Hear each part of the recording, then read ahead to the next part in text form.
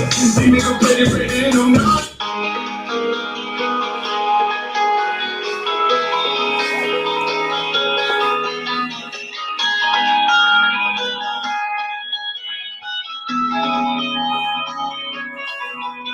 On the low line, got all eyes on me. Give a damn what they talk about, got so ride with me. And they know I'm lethal, got my beat. Said I'm gon' get, yeah. They ain't gon' see, they ain't gon' believe. Can't stop, I can't now. Hold on, let me get the breakdown. Train it going like a caveman. I'm about to let my light shine. Piped up till the pipe down. These niggas sell a pipe dream. Baby girl, sweet ice cream, and I need you better believe. Sit back, look at my cheek. Why you pretty my dick? Let me give you that shit. I'm about to take him to the kick. Yeah, when it starts to press me, let's start the rest. See nigga ready, and I'm not impressed. I have them holding tip. I hear a hard text. Told you I'm hard to flip. I know that they see it, but they don't believe. Look at so much shit. 144, bitch you can beat. We got it free, you better believe. Fuck really, I'm beating. Drop a line up, like a bomb over. Prepare for the fallout. Don't waste time with the talk about. Me and my nigga by the ball out. These little nigga by the call out. Tell them wake up to the fallout. Mama job can't call out. I'm in the ring when it on now. Don't give a damn about the truck. Break a little nigga, you about to lose it. Look, I got moved and face. You can even move, you can get moved and wait. Do it in face. Don't give me food and face. They got a card to play. Nigga ain't hard to play. You get dogs to take. The rest of y'all talk the hard way. Nigga wait, I need your leave. Believe. So they go live, got all eyes on me. Give a damn what they talk about, got soldiers ride with me. And they know I'm lethal, I got my grip. I'm gon' get it, yeah. Know they gon' see, but they ain't gon' believe it. Sick with it, they know that. Fuck the world, I can't go back. Ain't no coward, I don't know that. Bitch, I'd rather take a toe that. Run it up, you know I'm good to go. Work my phone, you know I'm good to go. They want smoke, I'm revenge, naked in my bedroom, doing it to zero. Big no need up time, it's my time. When I lie, play out of bounds. Boy, you ain't always in line. Let them go flow with the vibe. I know it's gon' be stressed. I know it's gon' be pressure. Bring it focus. It's a cool world of the girl. Let you be soldier. You can be loaded. And fear they try to control them. They screaming, they go when they holding it high. Believe in so when it go over my shoulder. And I see my soldiers and they don't play. She's feeling fake. He's real, my radar. Fucking lead, I don't feel up. Fucking God, I don't feel up. Cut the job, I didn't kill her away. Hold up, let me take the rhythm. Okay, I got it, I'm ready. He crossed that line, he gon' regret it. Now how my hour is ready. Hope he keep it going steady. The pivot link, certified, I won't west side. It ain't hard to test. Can't let it hard as heck. People gon' baby nigga better watch yourself. I'm being yourself. Chasing them blue faces like I'm dogs and left. You know it's too hard to test. God, bring it, gotta guard yourself. You know I keep it, they try to come keep me, I'm squeezing. You better believe. So they go live, got all eyes on me. Give a damn what they talk about, got soldiers ride with me. And they know I'm lethal, I got my grip. I'm gon' get it, yeah. Know they gon' see, but they ain't gon' believe like that.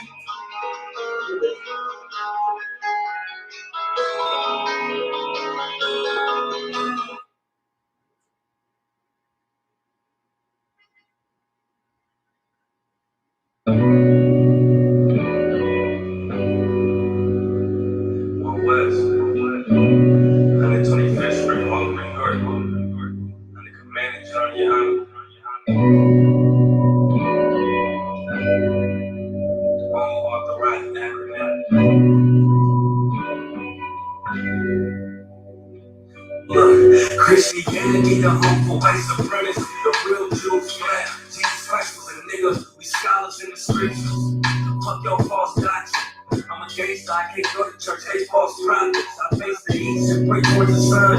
Fuck your peace and I don't need your love. I'm gonna have slaves when the kingdom come. I see my adversaries teaming up, but they ain't ready for war. And if they is, we gon' bring it to them. Bring them to the pages, read Obadiah. White man the devil, he for sure a liar. Can't trust the snake, Jesus called him vipers. How you love everybody, but we the ones dying. I'm bloodthirsty, pray my enemies drop dead. Don't do nothing God say, but won't forget his for they sins. Niggas hypocrites, I just want slaughter and revenge. A sword and a crown and give my kids. Hope for the truth, You ain't in this house. I was lost in the world, but I get it now. I got niggas sitting down who ain't getting out. You ain't ready for a baby, but don't kill your child. I'm the truth. You ain't in this house. I was lost in the world, but I get it now. I got niggas sitting down who ain't getting out. You ain't ready for a baby, but don't kill your child. And I can never be a Muslim because I love your rocks. If you don't serve the Most High, then you curse by God. And how am I Hashem, and how was shot where I can die?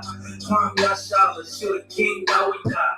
I got wisdom from the prophets, I ain't without. I'm in the belly of the beast trying to make it out. I know the truth, so I can't transgress the law. For a long time, was a rebel without a cause. I was called by the Lord. I feel like the poor man when a dog licked his swords. Gave from my neighborhood, my own hard stores. The church on that corner and my niggas still destroyed. We living in a time I don't know to get recorded.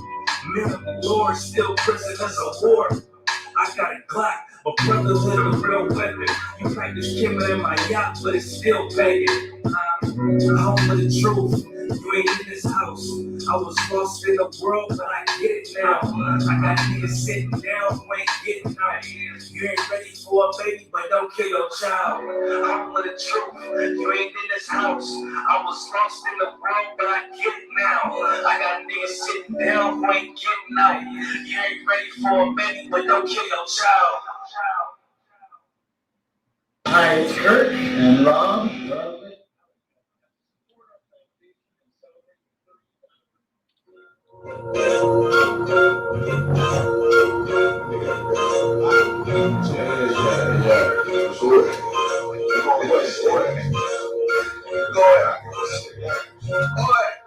Look, I keep it low to the T.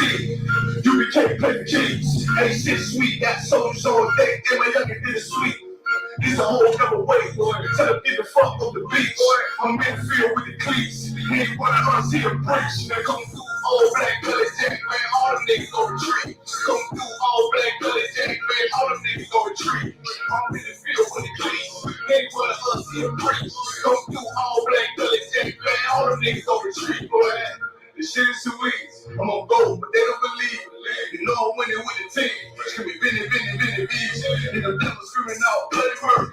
I'm about to color curtain. When my grind isn't working. Sorry, all them lines, they ain't working. Them niggas weak, they be churchy. I'm a West nigga, that's for certain. When it comes to line, I'm a back up and I'm a head down with his life. And I come through 300 strong, 144 live life. But my niggas weak. Minutes bitch with the ice.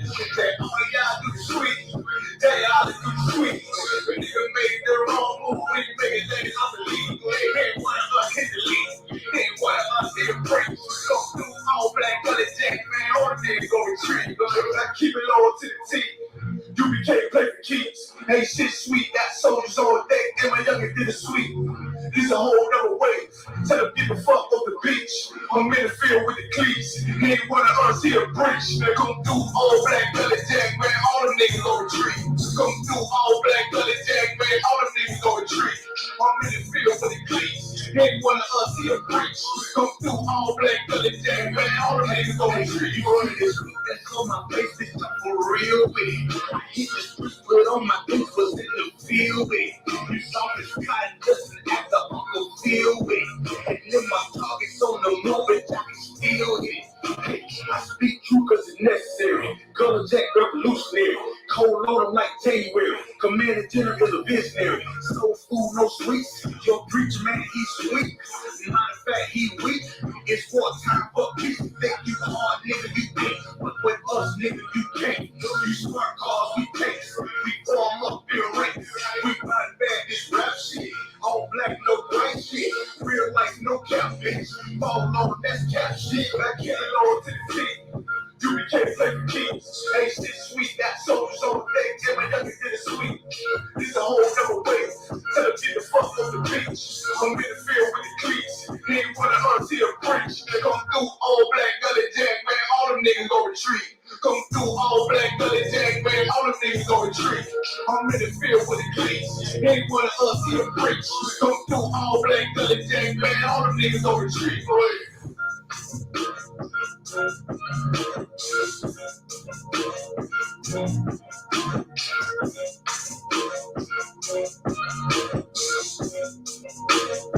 Say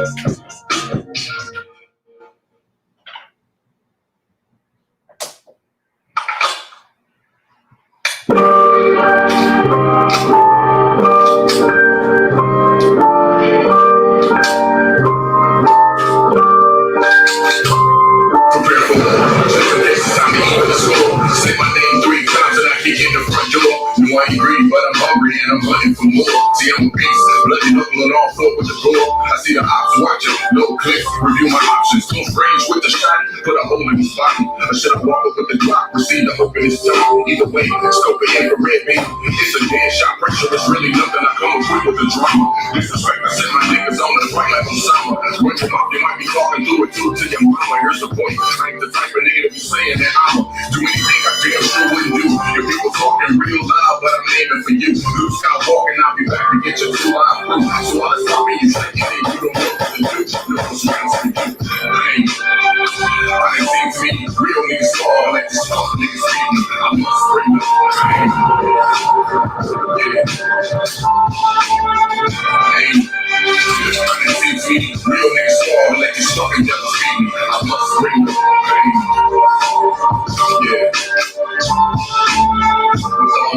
With all in sight, I stay watching for enemies at the height of the night. Wanna catch me slipping, I know in my trigger finger is itching. I'm under mission, beating these pussies into submission. That king shit, they clap my hands twice when I mean shit. I'm on the block, calling for the rock on some fiend shit. A smooth criminal, I might jail on some lean shit.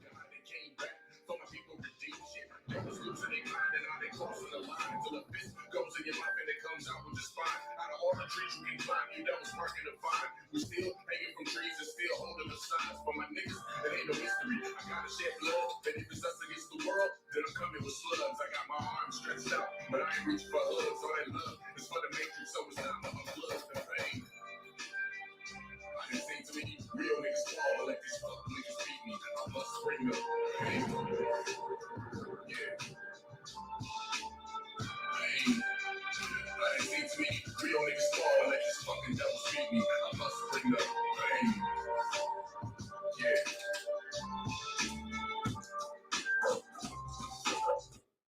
What is life about? Life is about war, about nothing else. Everything else is distracting you from war. You were born into this world to be a weapon of war. And that's all life is about. And every bad thing that you ever use as an excuse to be a sinner is the battlefield that you were born on.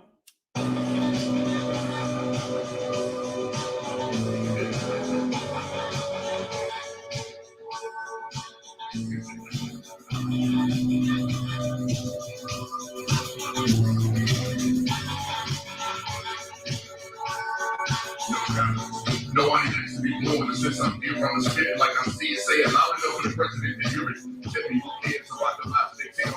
Got us all gassed up, now we living in hell. Ever since I was a child, see my dreams been wild. Prophetic thoughts about the end, I try to cry, all I do is smile. Picture us, old and glorious, set it over our enemies and victory and watch them bleed. I wonder why I tell a story like this. Mama told me that days like this, so we raise up our fists and we cry till our people please hear us. Cause if we don't get out, they gon' kill us. It's so hard just to make it today. Mama said that a black man should always pray. Stay preaching in the dark, trying to find our way. But ain't nobody reaching back, this is hard to say. It's so hard just to make it today. Mama said that a black man should always pray. Stay preaching in the dark, trying to find our way. But ain't nobody reaching back, this is hard to say. How many times do we see it on the news? Cold-blooded killers, innocent victims of insanity. A lot of killers trying to take us down, city by city. Can somebody please tell me why they ain't showing no pity? I used to walk down the street trying to bring to the Father. I asked him, it is together while you seeing our problems over the clouds to the dark. Have we grown apart? Are you looking for somebody when we went to the spark? I need some answers to the questions that's suppressing this world. We need hope, and I found it in the eyes of my baby girls. See, it don't get no realer than life. Can't nobody hold you down if you living it right. So I believe to my people living life on their knees. I know it's hard to see the light when you're looking through trees, but hold on. This is only for a moment we earn, and pray to God that He helps us learn. It's so hard just to make it today. Mama said that a black man should always pray. Stay reaching in the dark, trying to find our way. But ain't nobody reaching back, this is hard to say. It's so hard just to make it today. Mama said that a black man should always pray. Stay reaching in the dark trying to find our way, but ain't nobody reaching back. This is hard to say. How long y'all think y'all gonna give way? That's the question I ask. Just right before I pray. Please don't forgive us for our sins. Take us back while our enemies are getting rich. We are no attack that got us. Being for currency and dying in the streets. No justice, no peace. So we can system about to talk right their feet. Cause they don't give a damn about the weak. Got some brothers waking up, but to me, of a sweet. Please show some mercy for your chosen people. Open their eyes and let them see that we are better. We were never equal. 400 years of saying the same old song. Why can't we ever overcome it? No one's left to move on. And the brutality is real. How many of my people got to heal? We all see just how they feel. See the police say where they walk till they sleep. Then they proceed to pin around the necks and they squeeze. I can't breathe. It's so hard just to meet you today. Mama said that a black man should always pray. Stay preaching in the dark trying to find our way. But ain't nobody reaching back. This is hard to say. It's so hard just to make it today. Mama said that a black man should always pray. Stay preaching in the dark trying to find our way. But ain't nobody reaching back. This is hard to say. But ain't nobody reaching back. Yeah.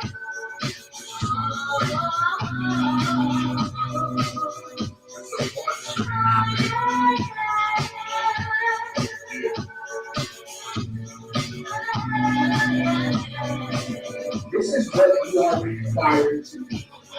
To fight your natural condition. Fight your neighborhood.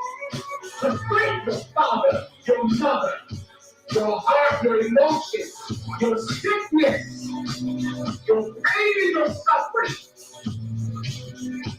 And you are required to. I hope everyone understands.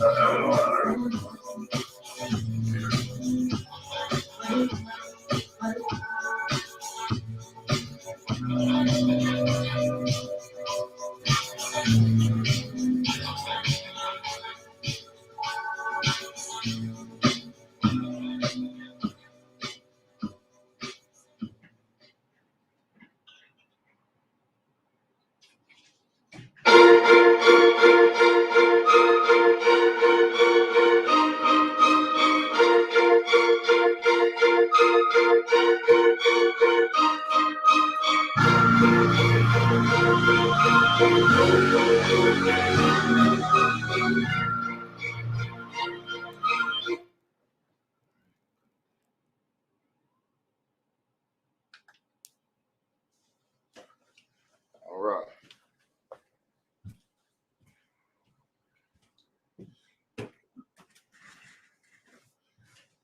All right, Shalom, Israel. We are the Isupk, started out of 1 West, 125th Street, Harlem, New York, under Commander General Yohana. If it's not of the Isupk and the Commander General Yohana, it is not the truth. I am priest and officer of 500 Mayad, holding down the Monday night Brotherhood class. We are not affiliated, or associated with any other group or organization in the entire planet. So once again, as I said, I'm priest and officer 500 Mayad, and this is the Brotherhood class. As you see from my title, I went over last week how the Lord despises these feast days that we celebrate, these American holidays. You know, the Lord hates these holidays. He wants no parts of them. You know, and it's written time and time again throughout the scripture. The Isupk and the Commander General Yohana, we prove this time and time again. Every year, every day, we prove this, that the Lord, through the scriptures, that the Lord hates these holidays. And you can just look around at the things that happen on the holidays. You know what I mean? The Lord hates, just simply hates this time of year, period, in this country. It's one of the most wicked times of the year. The last quarter or so of the year is one of the most wicked times and wicked seasons in the entire earth. If you really look at this time, the end of the year on the Caesarean calendar, on our oppressor's calendar, you know what I mean? It starts off with Halloween.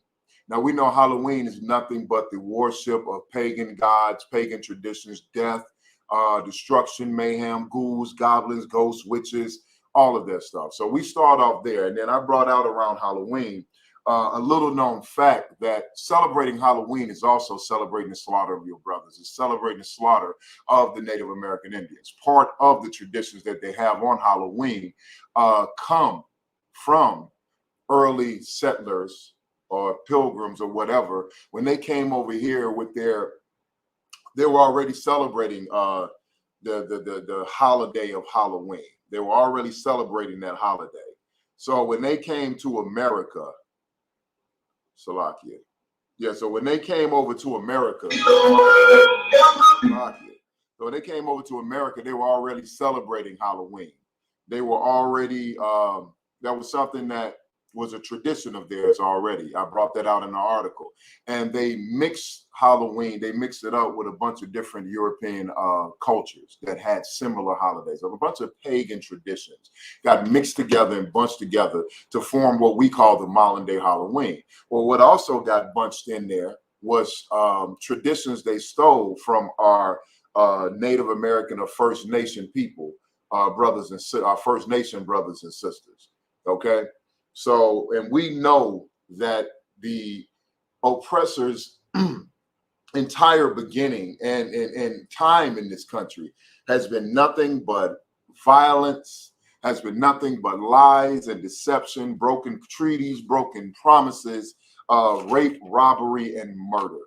And you don't have to believe me. Just simply look at the news or open up a history book. It's there. That's what it is. I'm not exaggerating or making these things up. So the entire time our oppressor has been here, they have done nothing but take advantage of the natives of this land, or also of us, by bringing us over to this land to be their slaves. They enslaved everyone. They enslaved the natives first. They enslaved the Hispanic brothers and sisters. You know what I mean? And then once that proved unfruitful for them, or as I was told when I was younger, because of the diseases that the early Europeans brought to America,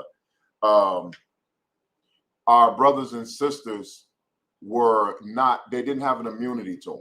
This is what I was told when I was younger, that, you know, they were dying from the diseases that the early the early settlers brought over here. So because they were looking for a stronger slave, a stronger workforce, they went over and they kidnapped us off from various parts of Africa and sold us off the West Coast.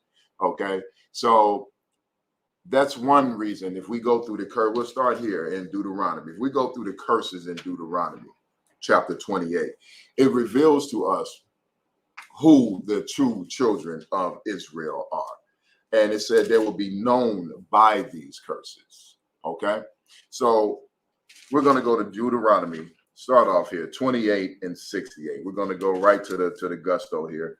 I don't have my reader. He's running a little late, Salakia. But here we go. This is the book of Deuteronomy, chapter 28 and verse 68. And the Lord shall bring thee into Egypt again with ships. Now, what you have to realize here, it said the Lord will bring you into Egypt again with ships. Egypt is a Greek word. Egypt comes from the Greek word Egypto, which means slavery or bondage. You know what I mean? Kind, which is slavery or bondage. So the verse here is saying that the Lord is going to bring our brothers and are going to bring us into slavery or back into bondage again. So being again means back into slavery, back into bondage with ships. Plain and simple. There's only one people who were put in mass slavery throughout the world, throughout the four, and shipped off to the four corners of the earth by ships. And that's the blacks, Hispanics, and Native Americans. Now, we have contributed that strictly to the Negro, you know what I mean, to us Negroes, to us black people.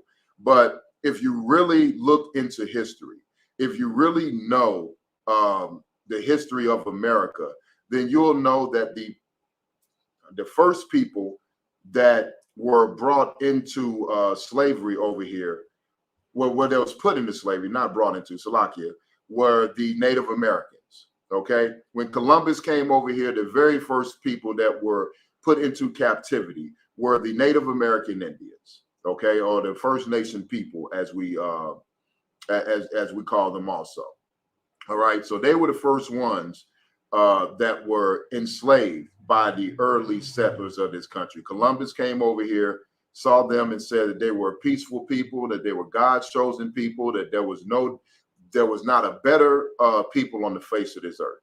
You know what I mean? And he said they will make the perfect slaves. So the first thing he did was go and enslave our First Nation brothers and sisters. Okay. Then he went down into Central and South America. He came up through Central and South America, and he enslaved our Hispanic brothers and sisters. You know what I mean? And took them over to Spain. That is why all through what we call Latin America, from Central and South America to all the islands, you know, Cuba, Guatemala, you know what I mean? All of these places are Argentina, you know what I mean? Colombia, you know what I mean? Puerto Rico, all our brothers and sisters that are off on the so-called islands. The reason that they speak Spanish and they worship Catholicism is because of the slavery that was put onto them by our oppressors. Our oppressors captured them first and enslaved them for almost 200 years before they went to Africa and got the so-called Negroes off of the coast or off of the continent of Africa. And if you don't believe me, you can simply look this up.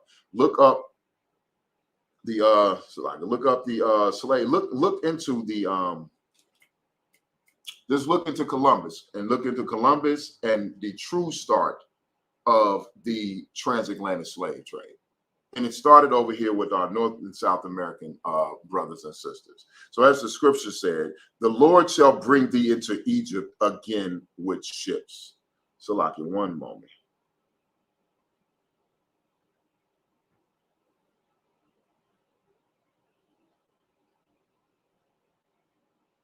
So it said that the Lord would bring us into Egypt again with ships, and by the way thereof I spake unto thee, thou shalt see it no more again. None of us would see our homeland. None of us would see, Israel again. You know what I mean? We would not see our homeland. Our brothers and sisters don't realize that they were also taken into slavery by ships. They were shipped from here in North America and South America and taken over into Spain. And they were put in slavery there. They were put there to build Spain, build the canals and the aqueducts and the buildings, and you know what I mean? And also Columbus had them over here working to build the early colonies before the Pilgrims. You know what I mean? So that there is a full history behind slavery, behind this transatlantic slave trade that history tends to overlook or overwrite because they don't want First Nation people. They don't want Hispanic people to realize that they are the true children of Israel. They don't want they don't want our brothers and sisters to realize they're black too. They don't want them to realize that. Because when Columbus first came over here, the very first person he ran into, he said it was a Negro woman. So if it was a Negro woman, but she spoke Hebrew, which but she was a native to America. You get that puzzle? Can you put that picture together? He ran into 3 Negroes. One was a Negress, as he called her, a Negro woman, and 2 Negro men. The sister was the first person to speak to him, and she gave the fundamental credo of Judaism. You know what I mean? And she spoke in ancient Hebrew. She spoke in a dialect that he did not recognize. And when he had his shipmate or his navigator, whoever it was, come and translate, it was Hebrew. It was a Hebrew dialect that he was unfamiliar with because it was ancient Hebrew. They were speaking the Lashwan Kodash. And Columbus enslaved them and then came and enslaved us. So we all have this shared history of being in bondage and taken by ships across the seas over to a land that we don't know. And he said, and there ye shall be sold unto your enemies for bondmen and bondwomen, for slave men and slave women.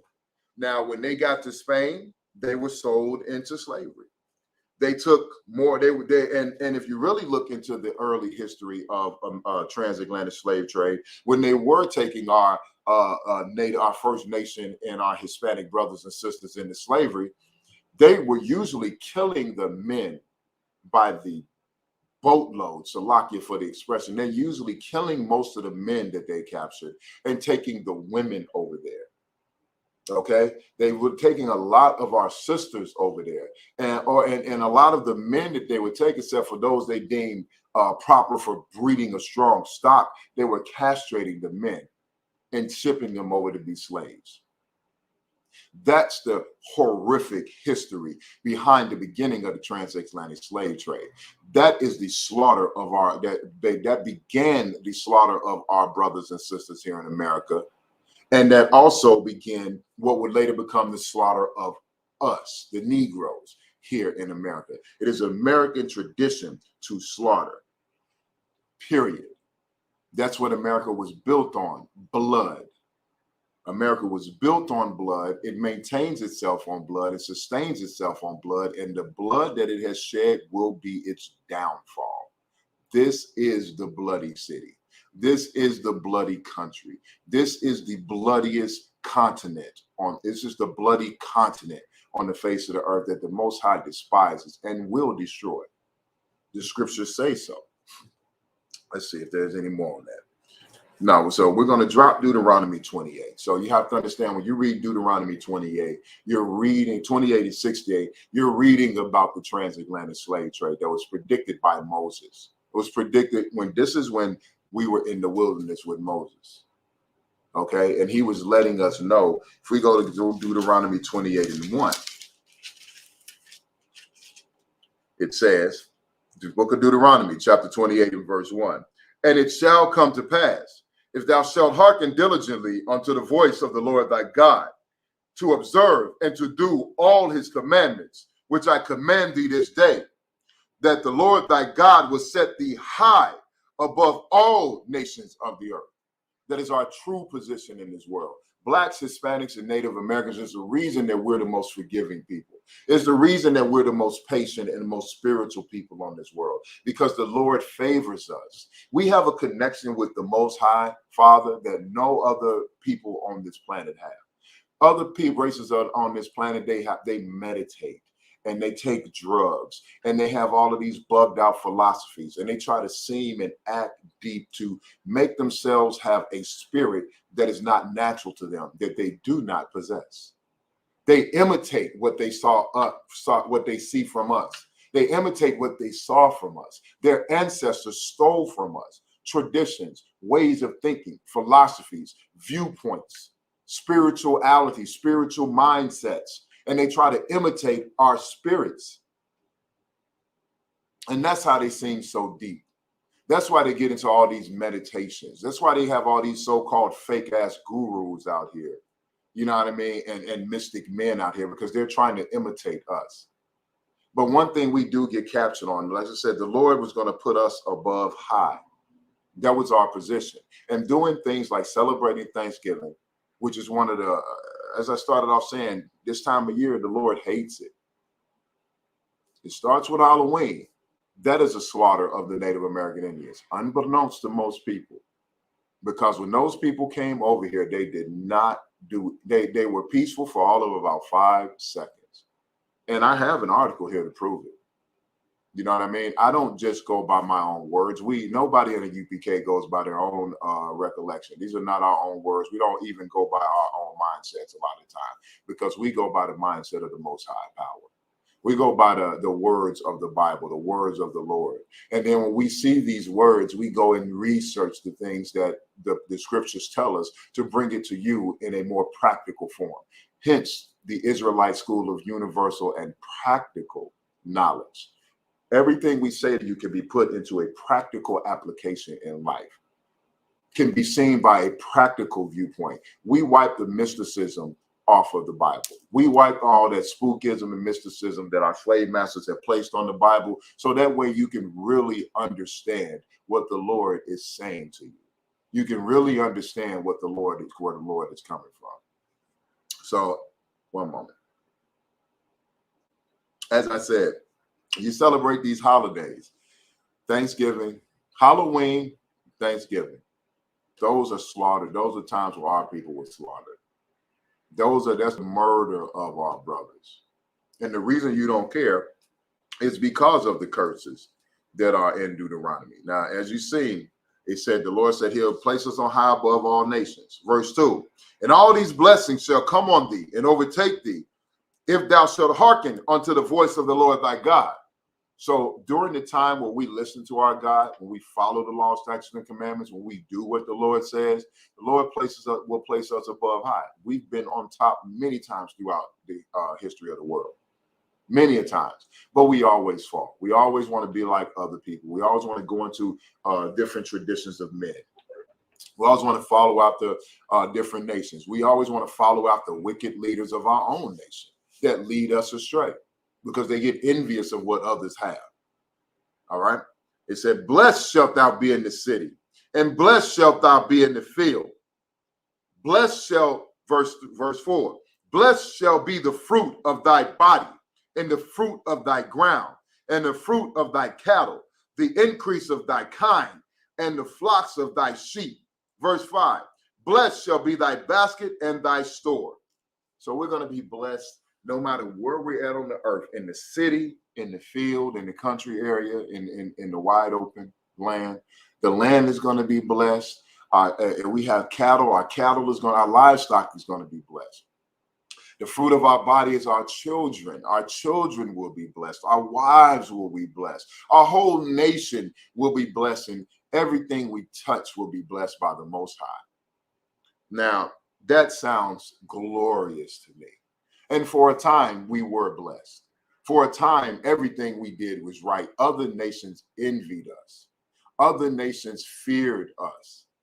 But as I said, we got into the trap of wanting to be like other nations, of following wicked and weak leadership. And those are the things that caused our downfall.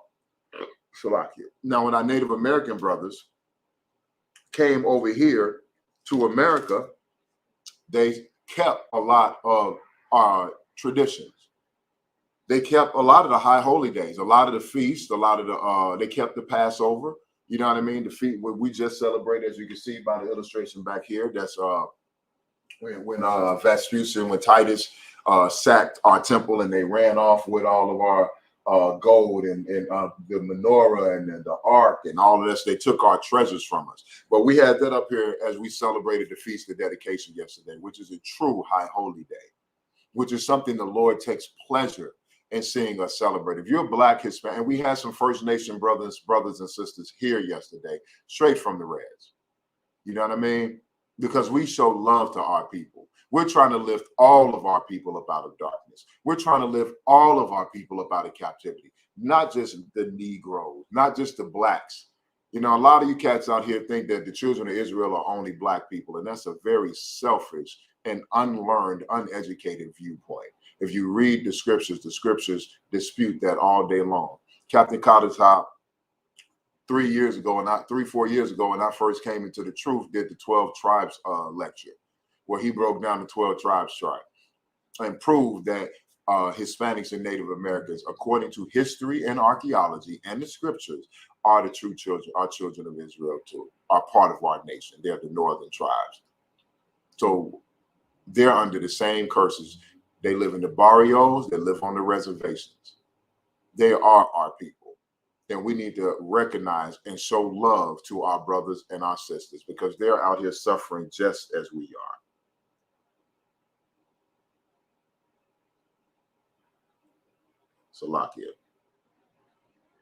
Salakia, one moment, Israel.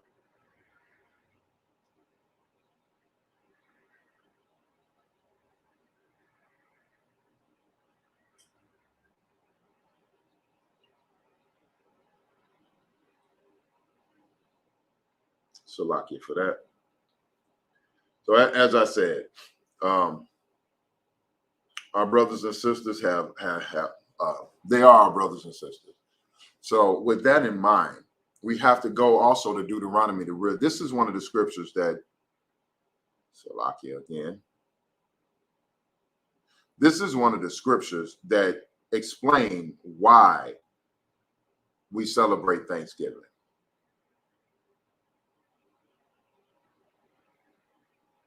I'm finna bring this out right here. Salakia.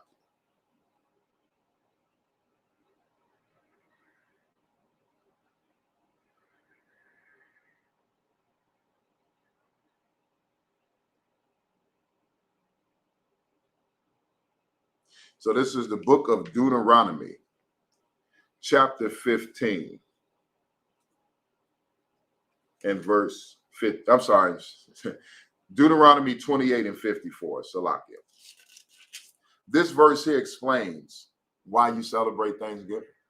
This verse explains the curse of black on black crime, native on native crime, native on Hispanic on Hispanic, black on Hispanic. You know what I mean? Hispanic and black on native, native on black and Hispanic. It explains the crime and the degradation that goes on in our community. It also explains the spirit behind why you'll celebrate Thanksgiving, knowing damn well that a holiday like Thanksgiving is the celebrating the conquer and slaughter of the Native American Indians. Period, point blank. I know we were all fed that bullcrap story about the pilgrims coming over here and it was a long winter and they were starving, and Squanto or some other unnamed natives came and were showed them how to survive and showed them brotherhood, and the pilgrims were so grateful. Then they sat down and had this big feast, and that was the first Thanksgiving, and they did this every year, and it became an American tradition. That is a fairy tale. Right along with the Easter Bunny, right along with Santa Claus, right along with the Great Pumpkin, Charlie Brown. That is nothing but a fairy tale for children.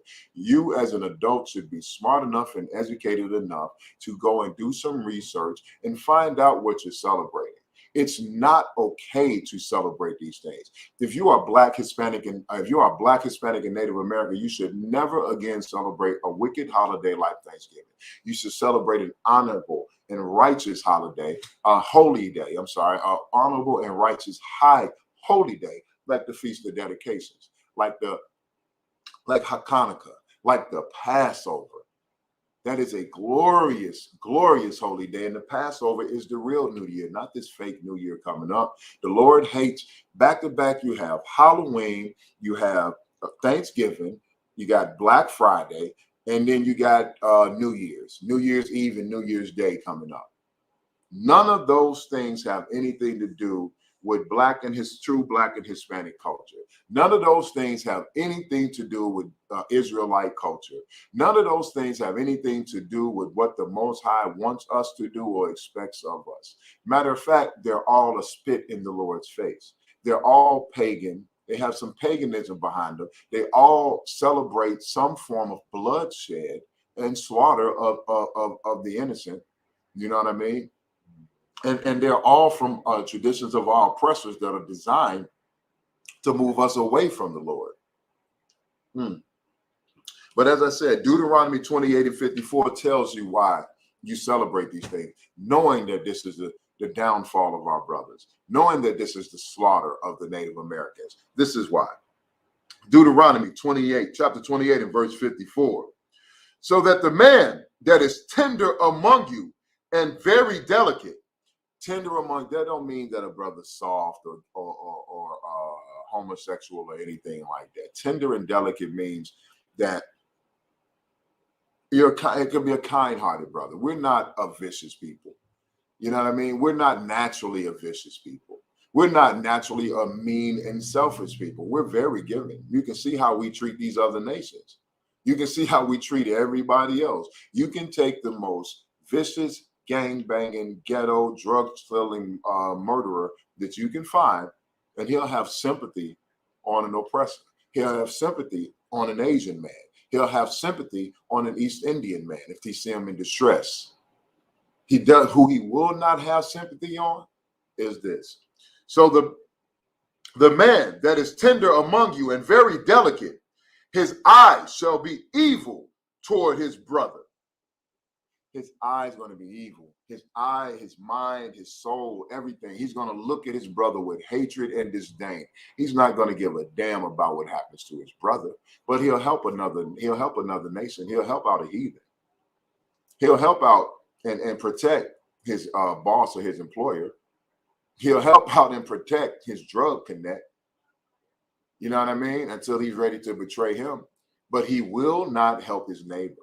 He will not help Miss Maddie up the street who is on food stamps and who is on her retirement and pension what little bit of pension she may have and on Social Security, and she's living off of $120 a month, after she pays her bills and after they take out for her Medicaid, her Medicare, and she pays for her little health insurance, she'll be lucky to have $50, $60 to last her through the month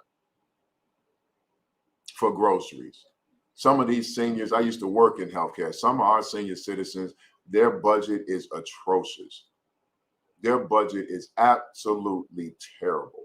But because you don't care, because you're so selfish, because you're so self-absorbed, you don't think about these things. You don't think about your brothers and sisters. You don't think about your mothers, your fathers, your grandmothers, your grandfathers, your aunts, your uncles, your nieces, your nephews, and your cousins. You're so wrapped up in the holiday, in the fakeness of the holiday, and that fake family feeling that the holiday promises you.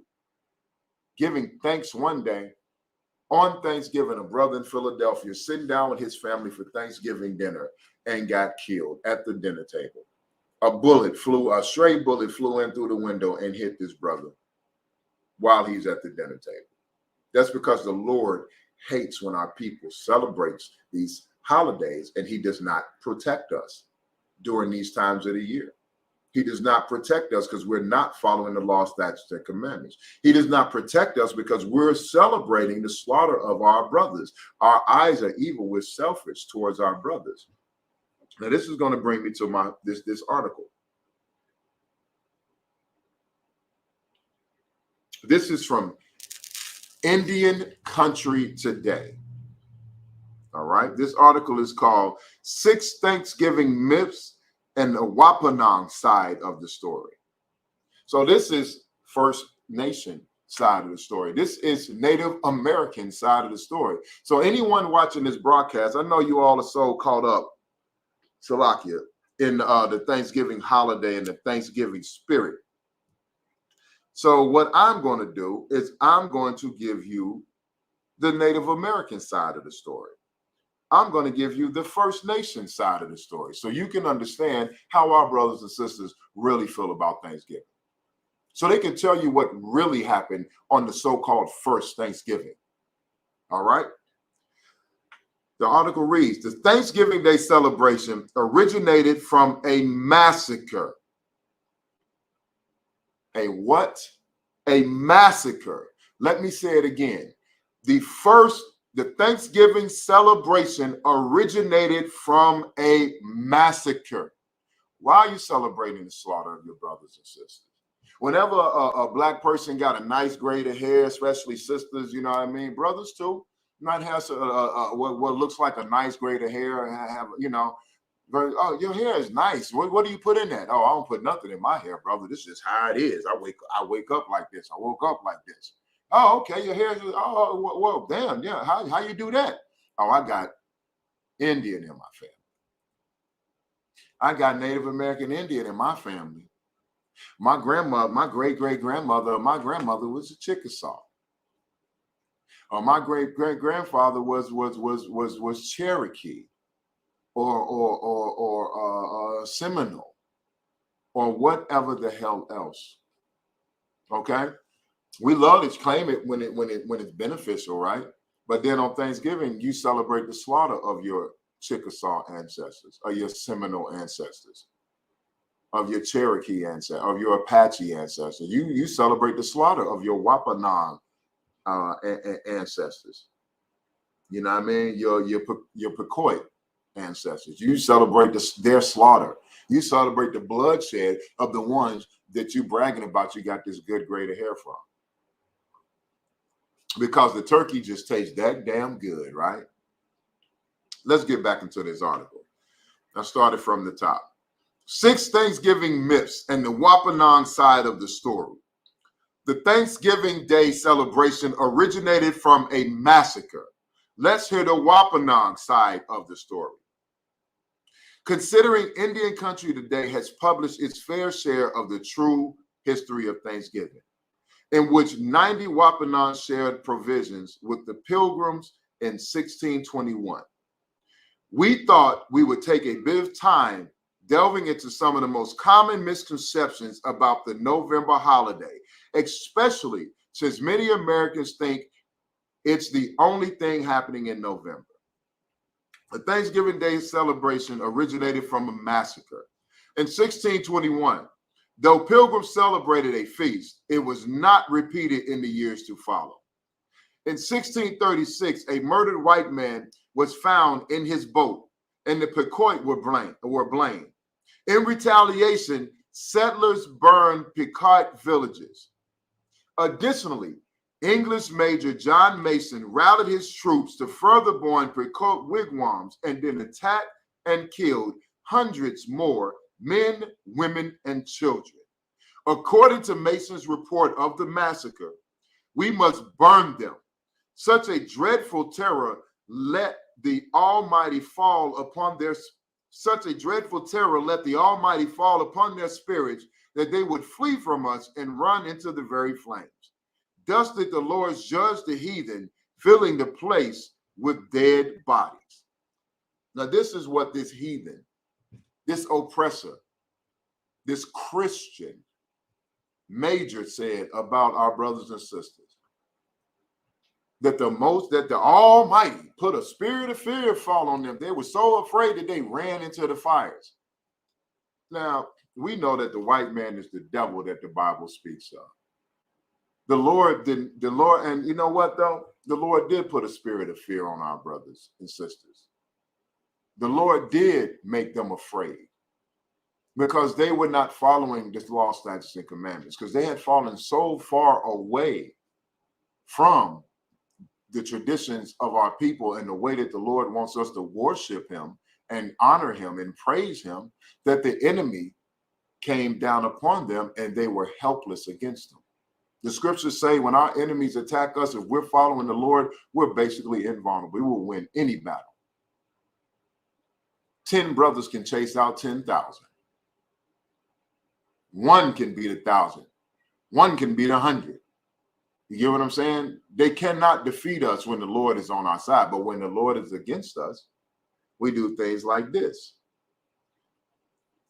They would flee from us and run into the very flames. So as they're burning the villages down, what they were fleeing from was this savage oppressor, this bloodthirsty beast that I guarantee you, and you see it all through their movies, you see it all through their history. When they attacked these villages, they were sitting there killing children, raping women. Let's be for real, raping men, raping children, raping women, and slaughtering them wholesale. So I'm sure a lot of sisters and brothers would have rather ran into the fire and took their own lives than face the degradation and the pain and the torture that our oppressors are able to inflict on us. All right? So don't get that twisted. It was not a cowardly thing. I mean, they were afraid.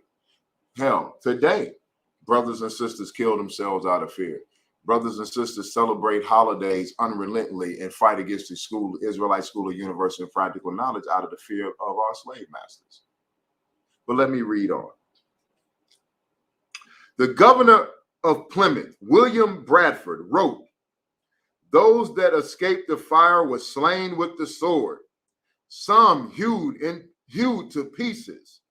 Others ran through with their rapiers, so that they were quickly dispatched and very few escaped. It was conceived they thus destroyed about 400 at this time. It was a fearful sight to see them thus frying in the fire. Horrible was the stink and scent thereof, but the victory seemed a sweet sacrifice, and they gave the prayers thereof to God, who had wrought so wonderfully for them." This is what our oppressors did. They cut brothers and sisters down by the sword. They cut them in half and ran them through. They burned their bodies. And even this oppressor said it was a horrific sight, and the smell of all that burning flesh and burning blood was a horrible thing. This is our oppressor saying this about the situation. This is one of the people that slaughtered our brothers and sisters, or that commissioned the slaughter. He's admiring the slaughter. He's saying it was a great thing. Now, this is the Wapanan's people firsthand account and history, an actual quote from this governor and a quote from the general thanking their God, white Jesus, the Christian God, for being able to slaughter defenseless men, women, and children. You know what I mean? So when you sell it, let's keep going. Let's keep going. So they thanked God. They gave thanks for this slaughter. You get how Thanksgiving is building now? 400. Oh, now they say 400 or 500. Other accounts say that there were more. And of course there were more. When they say 400 or 500, you better believe that there are hundreds more, because they're trying to make themselves not hold themselves accountable. They're trying to make themselves seem less barbaric. And in their wicked, evil, bloodthirsty, bloodlustful mind, they know how many they really slaughtered. So they say 400 as a mild number. So imagine how many thousands they really slaughtered. You know what I mean? Because they want to make themselves look like they're not the savage monsters that they really are. The bloodthirsty demons that they really are. But you will celebrate that bloodthirsty demons holidays. You're going to celebrate his bloodthirsty Halloween, where they simply plain out celebrate human sacrifice and bloodshed. And then you're going to celebrate that bloodthirsty Thanksgiving. The cranberry sauce that you eat at Thanksgiving represents the Native American blood that was spilled. Literally, you have blood on your table.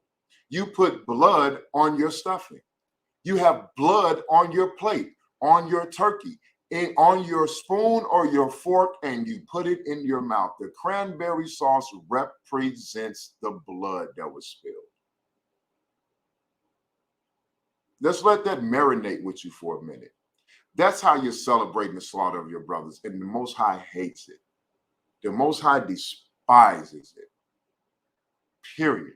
There's nothing that the Most High likes about that day. You cannot convince the Most High that is or convince any man of the Lord in the Isupk that that's a holy day. That's not a holiday. Whatever a holly is, that it's a holiday, not a holy day. It's not a sacred day given to you by the Lord. It's a holiday given to you by your oppressors, by America, by your former and current slave masters, by the conquerors of this country, by the killers of our brothers and sisters, whether Black, Hispanic, or Native American. They have slaughtered us for hundreds of years now, and they continue to do so, and you continue to bow down to your oppressor and celebrate their holidays. It is the most unbrotherly thing that you could possibly do. It is barbaric from you to do it. It's savage. It's evil. It's wicked. That's why the Lord is going to destroy this planet with a mighty fervor when the time comes. And he's going to wipe this country clean. He's going to clean the slate. And if you don't stop celebrating these holidays, you don't pull yourselves away from your slave masters and separate yourselves and distinguish yourselves from them, you're going to be destroyed right along with them. But it's not me that's saying it. It's the Lord. It's the scriptures. Let me continue with this article. The above statement, sorry, Salaki, no, we're not going to go there.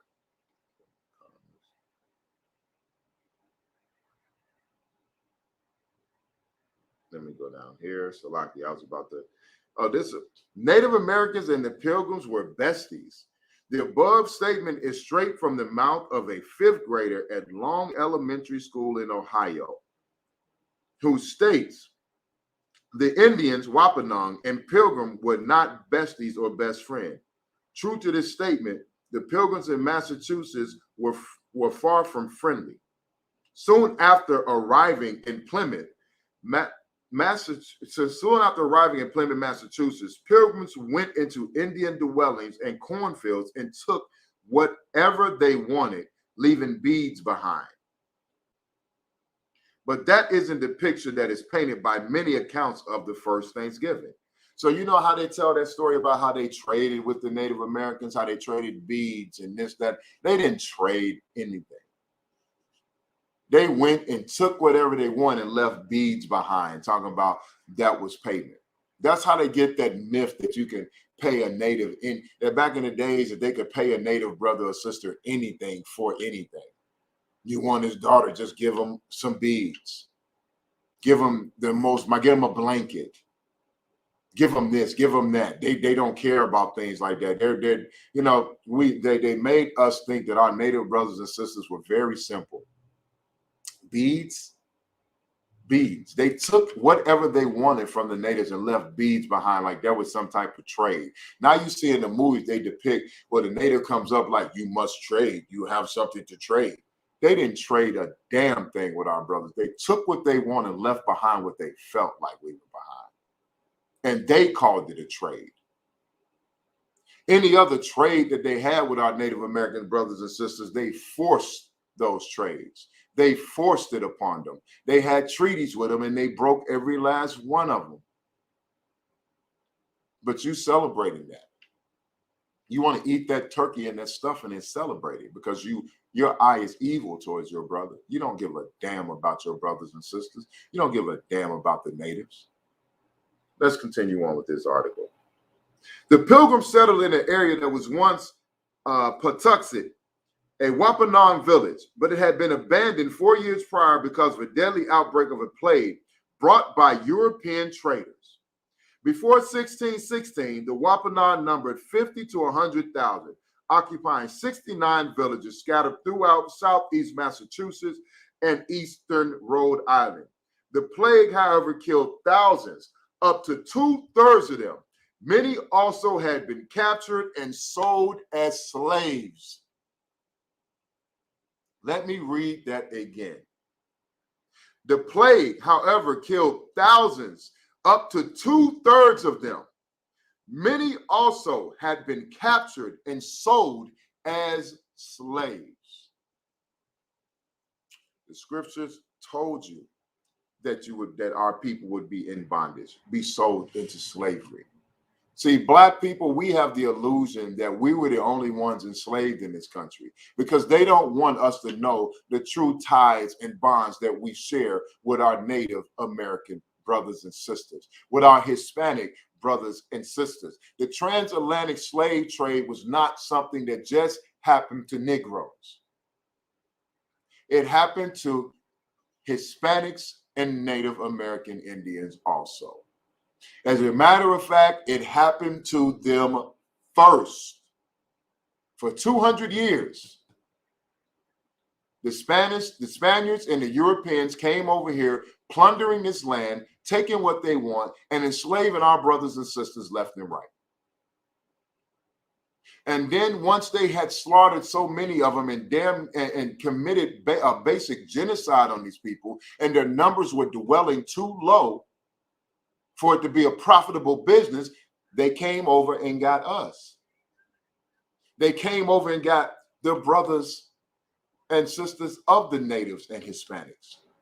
They came and got the other people that spoke Hebrew and kept the Passover and kept the Feast of Dedications and Hanukkah and the blowing of the memorial of the blowing of trumpets and all of these other feast days and high holy days that we have.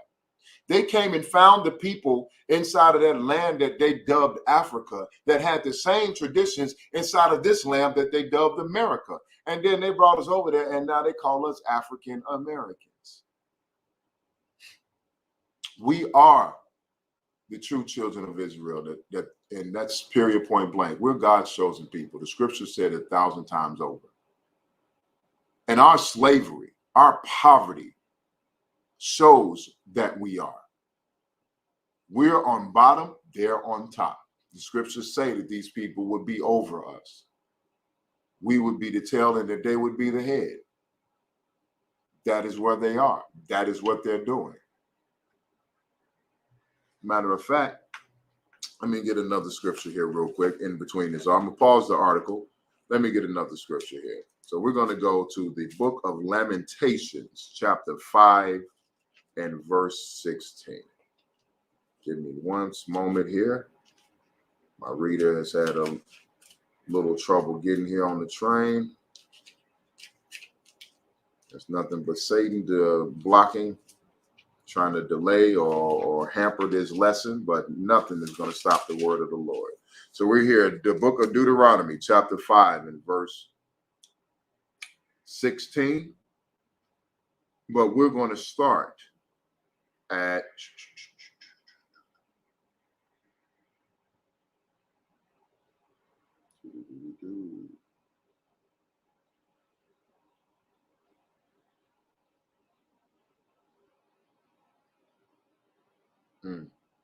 it's a lot. It's so much here. So we're going to start at verse 8. So we're going to go to Lamentations 5 and 8. All right. No, we're going to start at verse 7. The book of Lamentations, chapter 5, verse 7. Our fathers have sinned. Now, the sin and iniquity that we bear are the sins of our fathers, the iniquities of our fathers. The Lord told us if we follow the law, statutes, and commandments, that we will be placed upon high above all nations of the earth, that we'll be blessed everywhere we go. We'll be blessed in the city. We'll be blessed in the field, that everything we have will be blessed. Everything we do will be blessed. But then in verse 15, it says, it shall come to pass that if you did not hearken unto the voice of the Lord thy God, to observe and to do all of his commandments, all these curses shall overcome thee, that come upon thee, and overtake thee. Cursed will we be in the city. Cursed will we be in the field. We're cursed in the cities. Everywhere we go, crime, poverty, destruction, slavery was here. Our Native American brothers are cursed. We're cursed in the field, are cursed in the field. The slaughter I'm reading right now, cursed in the field. Them stuck on the reservations being shoved off into a corner with not even an eighth of their original number of Native Americans, is cursed in the field. Our brothers and sisters are cursed. We are cursed. We suffer from the same curses and the same oppression by the same oppressors. It's obvious if you open your eyes for a second and stop being selfish. Stop being ignorant. Stop being so god darn American, which is what you need to do, and start being a brother to your brothers, a brother to your sisters, a sister to your sister, and a sister to your brothers. Start caring about more than yourself and your little selfish situations, your little meager relationship problems that you have for no reason because you're either a selfish brother or a selfish sister. Because you care more about yourself and your pleasure and what matters to you more than the person you're in a relationship with. So how are you going to care about your nation? How are you going to care about your fellow man, your fellow brother and sister, your fellow Israelite that's going through the same thing that you're doing? You can't even care about the person you're in a relationship with. You can't even care about your own damn family. So, of course, you're not going to be able to care about the Native American brothers and sisters, but you do care about your family on Thanksgiving, don't you? You do care about going to get that turkey. You do care about going to get that stuffing. You do care about going and eating that blood represented cranberry sauce. You care about that. You love that. You can't put that down. You give that fake thanks. You give those false prayers that the Lord is not hearing. The true and living God is not hearing those prayers. The real God is not hearing those prayers. The creator of everything, Yahweh, is not hearing those prayers. Yahweh Shai is not honoring those prayers and supplementing them to the Father for you. Those prayers are empty. Those prayers fall onto deaf ears from the Most High all the way down to the people sitting at the damn table with you, faking the funk every year. Because half the time you're going to go and get drunk and end up in a fight afterwards. Or y'all going to click off with each other and end up talking about each other in little cliques around the room. Or the minute that it's over, y'all going to go back into your separate corners and go back to hating each other for the rest of the year.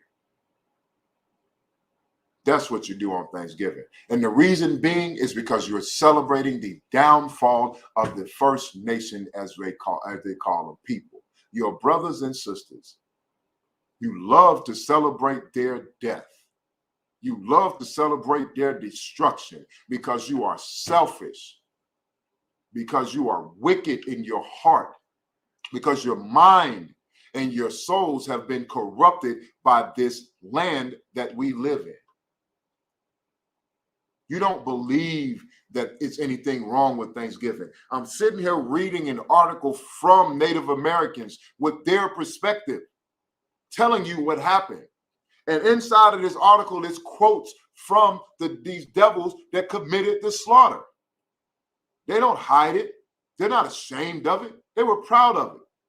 Those men that killed our brothers and sisters, that burned down the wigwams, talking about they ran into the fire because they were so scared of us. They're bragging about brothers and sisters committing suicide, that they would rather take their own lives to be violated by this oppressive devil, by this murderous monster.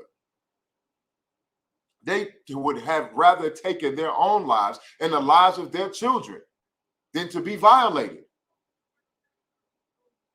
And you're celebrating Thanksgiving with cranberry sauce on your table, which represents their blood.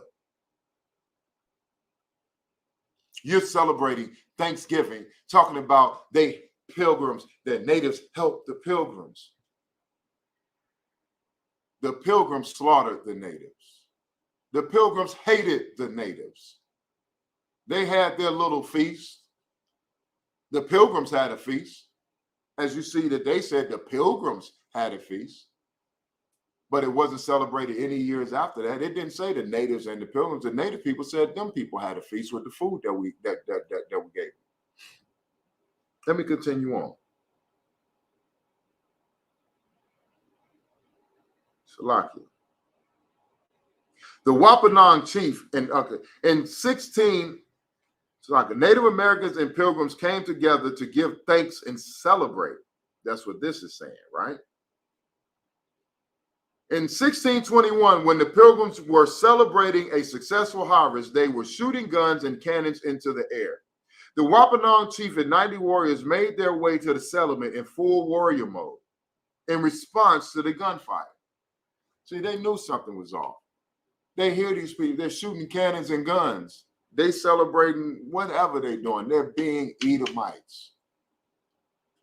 They're being what they are, which is the devil that the Bible speaks of, and the most violent and vile people on this earth, celebrating the way that they do, period. As the Huffington Post, Richard Schiffman puts it, it remains an open question, however, whether the Wapanong were actually invited or if they crashed the party. Does it matter? They're invited automatically because this is their land. Why do I have to be invited on the mountain? You see the mindset of these oppressors? Even when they're trying to do something good, they're still wicked in their viewpoint. Were they invited or did they crash the party? You throwing a party in my backyard and I can't come into the party you throwing in my backyard? You out your damn mind. You're lucky, I know. That's why the chief came with 90 warriors in warrior mode. You in my backyard shooting guns and blowing off cannons and all this other crap, and y'all getting wild and getting a little bit too rambunctious. I want to know what the hell is going on. Is my wife and my kids going to be safe? Is my family safe? Is my tribe going to be safe? So we finna gather up these brave warriors and go over here and see what's up with you. Because you in my yard. You on my land. I don't need to be invited. But that's the mind state of our oppressors. Let's get to the scripture. Lamentations chapter 5 and verse 7. Our fathers have sinned and are not. So our fathers sinned and they're not here anymore. All right? They passed away. They did the things that upset the Lord and they're not here. And we have borne their iniquities. So now we have to pay the price for their sins because we are our fathers reborn. We are our forefathers and ancestors reborn. We can't escape the punishment of the Lord. Period. So we had to bear the iniquities of our fathers, because the Lord is a man of his word. The Lord is, if he says you're going to pay, you're going to pay. Period. Let's continue on. Servants have ruled over us. That is a deep statement. These people were servants. They never held a high position in the world. They were our servants. They are going to be our servants in the future. The scriptures say, he that leadeth into captivity shall go into captivity, in the book of Revelations. So these people are going into slavery. So this was back here in Lamentations. They knew that what these people's position was. So they said, servants have ruled over us. There is none that does deliver us out of their hand. Once these people got over us, who could save us? Nobody. The only person that could save us is Yahushua, who the world ignorantly calls Jesus Christ. No one can save us from our oppressors right now. We've been in this condition for hundreds of years at this point. When they came over here to America and enslaved our brothers and sisters for 200 years, and then they came over here, then they came and got us and brought us over here, and we've been over here doing this for 400 years now. That's 600 years, a little over 600 years of slavery by our oppressors in this country. Who has saved us? Who has redeemed us? Who has brought us out of this low state? Who has brought us from underneath these servants? No one. We've had a lot of so-called leaders. We've had a lot of leaders. We've had a lot of Native American leaders. We've had a lot of Black leaders. I mean, Native Americans dating all the way back to what's my man's name? Can't think of his name, but I'll just go with the popular. So you can go back to Geronimo. You can go to Sitting Bull. You know what I mean? You can go to brothers like that, Red Feather or whatever. You know what I mean? Or you can go to Emilio Zapata. You can go to Hernandez. I can't remember his name. Slaki. I can't remember the Hispanic brother's name. Slaki. You can go back to Pancho Villa. You know what I mean? You can take it back to a whole host of Hispanic and Native people. Then you can go back to Nat Turner, Harriet Tubman. You know what I mean? I guess Frederick Douglass in a sense. You know what I mean? You can go back to then Malcolm X, Dr. King. You know what I mean? People that tried, failed, but tried. The Black Panthers, Medgar Evers. It's a whole list. You know what I mean? It's a whole list of Blacks, Hispanics, and Native Americans who have tried to lead us out, but no man can deliver us. As no man doth deliver us out of their hand. They tried and failed because they were not meant to, because we have not atoned for our sins completely. We have not come back into our right mind and started following the law, statutes, and commandments again. We have not come back into our right mind and our right spirit and shook off what we have learned in this country and came and prayed. We had to serve a punishment for a time, but now we need to pray and ask and beg the Most High to bring us out of this. And if we don't do it, we would not come out of this. But the men in the Isupk are doing it. We lament to the Lord every day and night. Our spirits cry up to the Most High Father. Our spirits cry out to our King Yahushua. We follow the traditions. We follow the high holy days. We follow the traditions of our fathers. We have walked away from this world. We have separated ourselves. We've abolished sin out of our lives. We follow the law, statutes, and commandments. We don't smoke. We don't take drugs. We don't whore our women. We don't rape, we don't rob, we don't murder. We don't do any of those things. We uplift our community. We have clothing. We give clothes to our brothers and sisters. We give food to our brothers and sisters. We try to provide shelter and jobs. We try to provide hope for our brothers and sisters. And we provide a sanctuary for Blacks, Hispanics, and Native Americans to come in and change their lives. That is what we do inside of the Isupk under Commander General Yohana. That is what the Most High commands us to do, to bring back our nation, to bring back our identity, to bring back who we are as a people. That is our mission. That is our goal. That is our objective. That is our duty. That is your duty. That is what you need to focus on. That is what you need to do. Whatever it takes for you to get to where we are, you need to get there. You need to straighten yourself up. You need to clean yourself up. And I know it's hard hearing, it's a hard pill to swallow. Hey, I had to swallow that pill my goddamn self. I had to put down the weed. I had to stop whoring my sisters.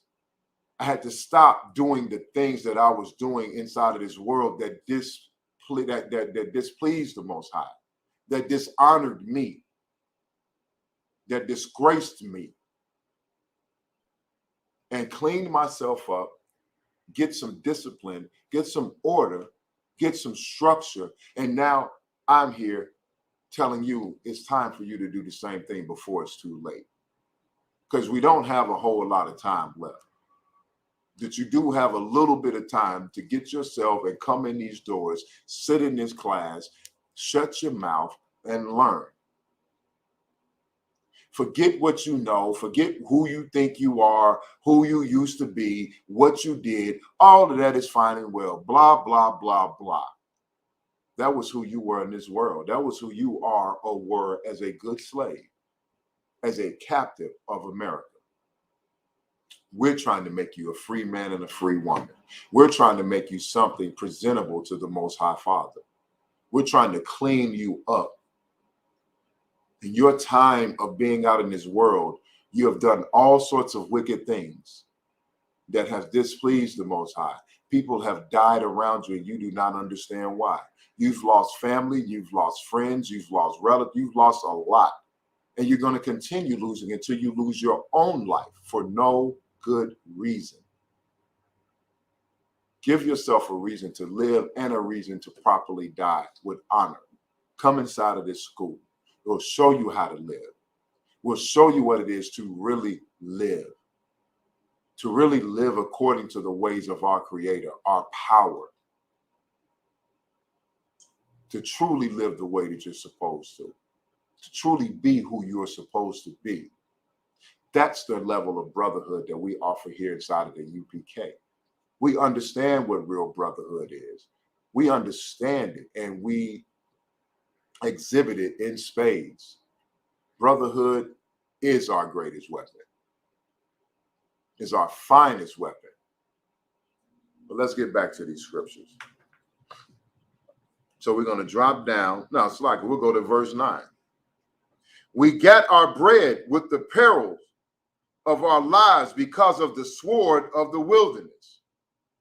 Verse 10, our skin was black like an oven because of the terrible famine. This is talking about we went into the wilderness after the fall, if I'm not mistaken, after the fall of the temple. You know what I mean? Once we were attacked by heathen, once the Lord pulled his protection off of us, we starved. We died by the sword. You know what I'm saying? Just like we do today. Just like we do today. Just like we did in slavery. Let's continue on. Verse 11, they ravished the women in Zion and the maids in the cities of Judah. So even the Bible tells how these people come in and they rape our women. They do horrible things to us. They do horrible things to our women. That is who they are as an oppressor. That is who they are as a plague that is sent onto us as a punishment. Salaki, one moment.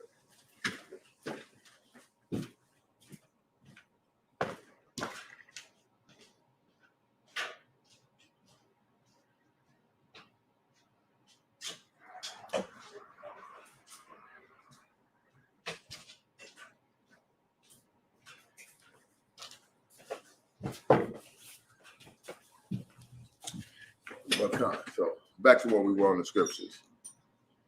We're going to go to verse 12. We're at the book of Lamentations, chapter 5 and verse 12. Princes are hanged up by their hand. The faces of elders were not honored. When it says princes were hanged up by their hands, that means they took princes and strapped them up and killed them. They executed them. They hang princes to this day. There are brothers and sisters who are of the royal bloodline, of the royal family, never knew it, who have been hung throughout slavery, who are being shot down in the streets. You don't know your heritage. You don't know the greatness that you came from. And you're being hung up in these streets. You're being tortured and shot down and murdered everywhere you go. Let's continue on. Verse 13, they took the young men to grind, and the children fell under the wood. They took the young men and put them to work, made them grind, and they fell under the wood. They fell under the pressure of the wood. They're probably chopping trees or whatever. Basically, they worked them to death, which is what they did to us in slavery, and they continue to do. Let's see. I'm going to jump to verse 15. The joy of our heart is ceased. Our dance is turned into mourning. The joy of your heart, your reason for being happy. You wake up every day depressed. You wake up every day sad. Our dancing, our natural spirit, our natural rhythm, that pep in your step, is turned to mourning. It's gone. You're dragging. You're depressed. You're angry.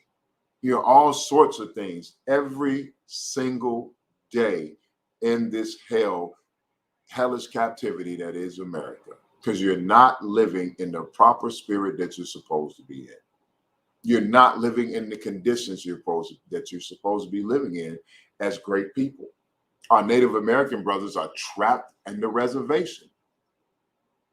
And then they have to deal with every single year in November, the entire freaking world, the whole, if not the entire world, most of the world, and definitely the whole freaking country is celebrating their slaughter.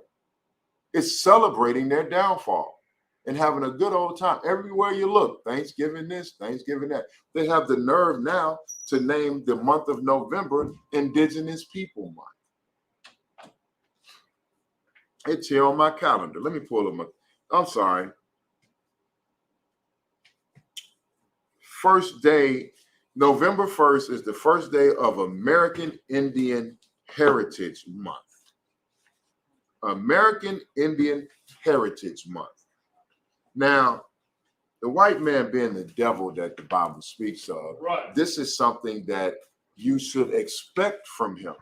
He takes the month that he celebrates conquering our brothers and the genocide of our brothers, and makes that whole month now for the last like 2 years or so. I think it's only been like 2 years, maybe 3 at the most, and made it American Indian Heritage Month.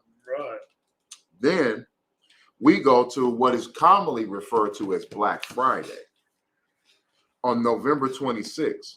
And that's Native American Heritage Day.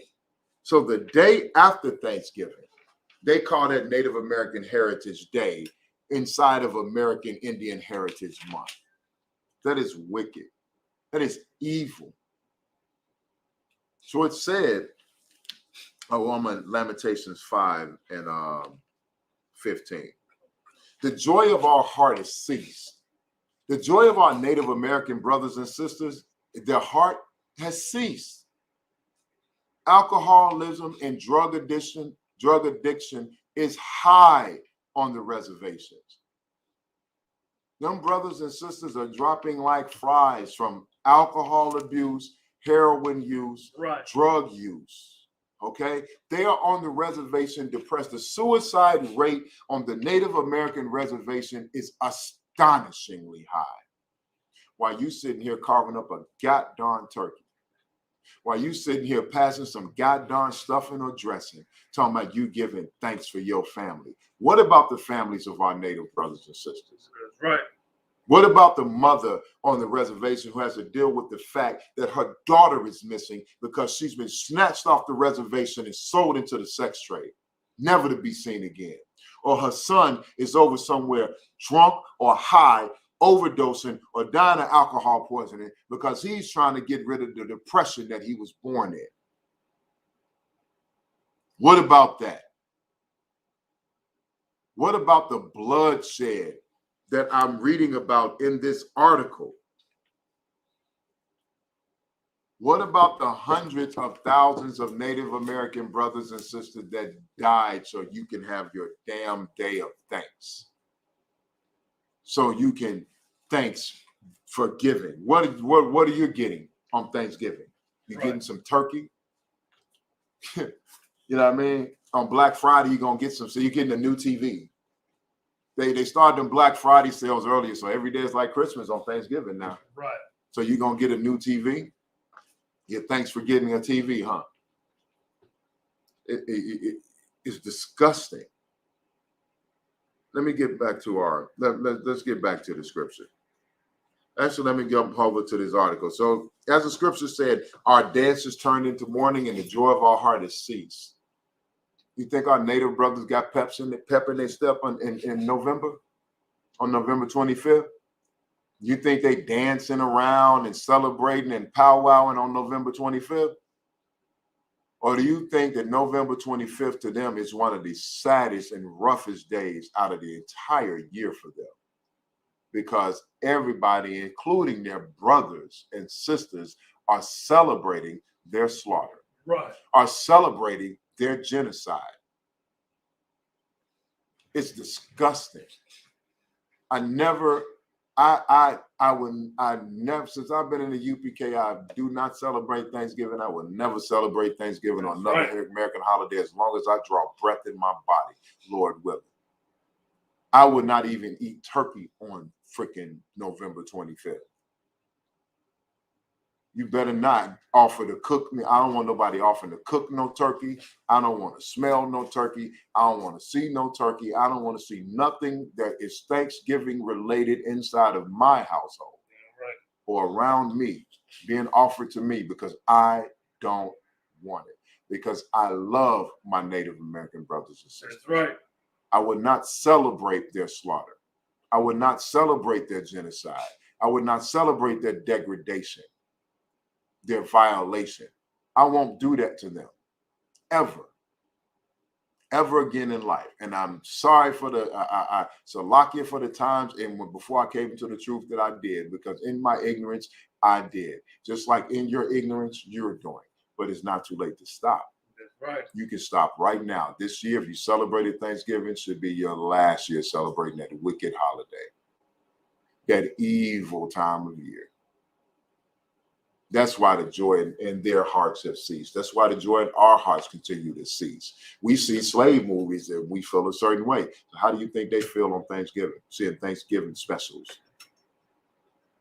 Everywhere you turn around, they got turkeys popped up with a pilgrim hat on with a native feather coming out the hat.